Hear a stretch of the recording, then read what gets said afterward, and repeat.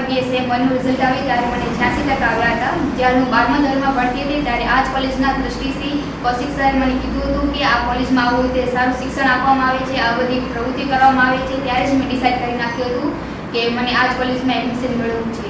યુનિવર્સિટીનું આટલું સારું મારું રિઝલ્ટ આવ્યું એમાં મોટા ભાગનો ફાળો મારા શિક્ષકોનું છે. એમને મારા માટે આટલું માર્ગદર્શન આપ્યું છે.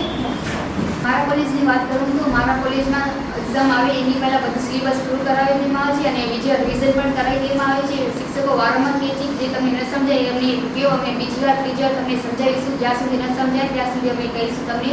એ લોકો અમને વારંવાર કહે છે જો તમે ઘરે પ્રેક્ટિસ કરતા હો તો અમને કાંઈ ન સમજાય તો અમને તે વખતે ફોન કરી શકો છો, અમે તે વખતે તમને સમજાવીશું.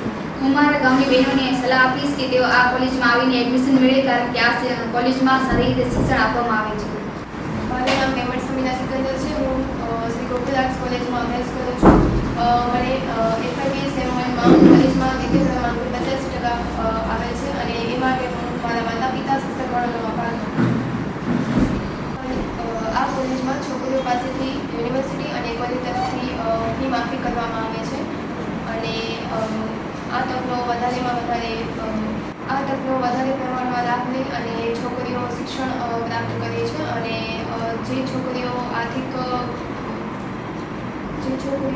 સમસ્યાને લીધે પોતાનું શિક્ષણ અધવચ્ચેથી છોડી દે છે અને એ છોકરીઓ પર આ કોલેજમાં આવીને પોતાનું સારું શિક્ષણ મેળવી શકે છે અને આ શિક્ષણ કોલેજમાં શૈક્ષણિક વિઝિટ કરાવવામાં આવે છે.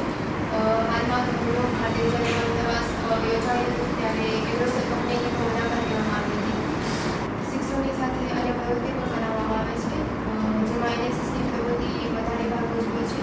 NSSની પ્રવૃત્તિ દ્વારા શિક્ષકોની સાથે અમે પરિચિત આવ્યા હતા અને જે વિદ્યાર્થીઓ હતા એની સાથે પણ અમે પરિચિત આવ્યા હતા અને એમની સાથે પરિવાર જેવી લાગણી અનુભવવામાં આવે છે. ટૂંકમાં કહું તો આ કોલેજમાં ભણતરની સાથે ભણતર થાય છે અને સર્વાંગી વિકાસ